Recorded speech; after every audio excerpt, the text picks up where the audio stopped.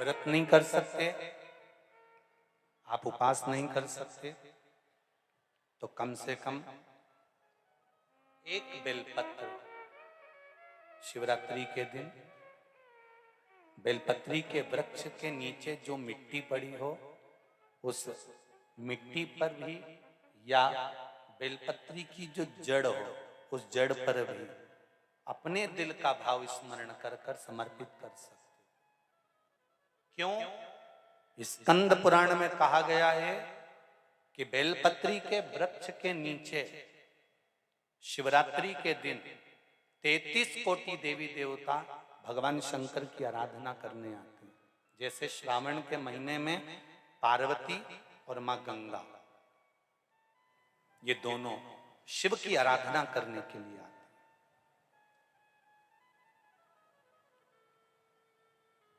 गंगा भी हिमालय राज की बेटी है और माता पार्वती भी हिमालय राज की बेटी है। उन्होंने हिमालय राज से केवल 2 चीजें ली हैं, एक गंगा को लिया और एक पार्वती को लिया, और दोनों को बड़ी विचित्रता में लिया। गंगा को मस्तक पर चढ़ाया, गंगा को मस्तक पर बिठाया, और हिमालय राज की एक बेटी को अपनी गोदी में बिठाया, पार्वती को भगवान गोदी में बिठाया।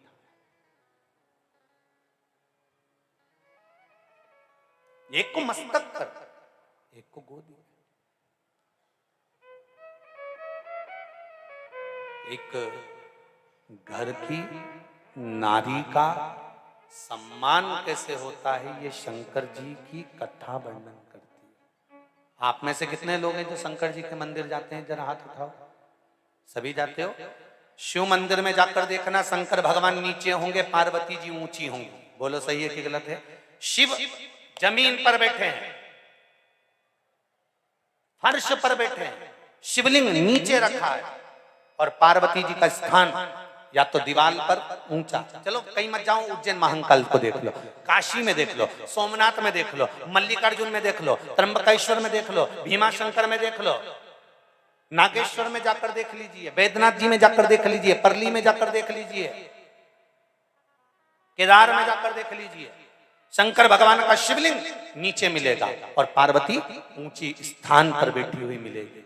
वो शंकर भगवान की कथा कहती है।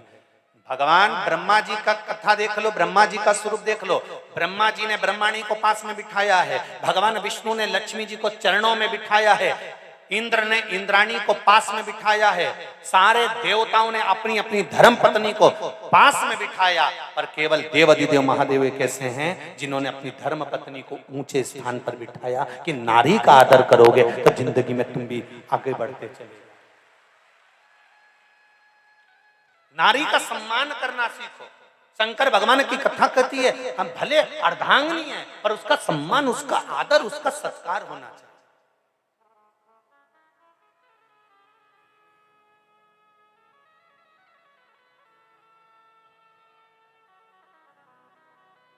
पति और पत्नी का संबंध सम्मान का है, आदर का है, पर आजकल का सम्मान ही चले गया जी। करवा चौथ का व्रत पत्नी करती है, थाली पति से मंगवाती, उठा ला।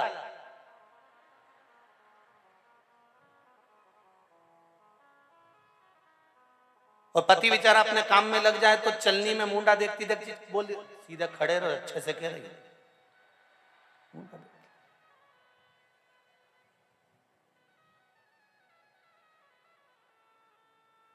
पति इसके गले का हार देखता रहता है और ये इसका मुंडा देखती रहती है। पति हार इसलिए देखता है कि प्राण खा गई जब तक नहीं दिलाया। एक दिन के चक्कर में कर्जे में डुबा दिया। फिर इसने पति के चरणों को प्रणाम करा तो पति ने भी चंद्र देवता को प्रणाम करा। इसमें रोज ऐसी अकल क्यों नहीं भर देता? रोज प्रणाम, उसमें क्या। और एक बात का और स्मरण रहे, खाने के लिए जो बेलपत्र हम जी भगवान हम जो बेलपत्र खाते हैं भगवान शंकर पर चढ़ी हुई, वो 3 की बनी हुई एक बेलपत्र वाली नहीं खाना।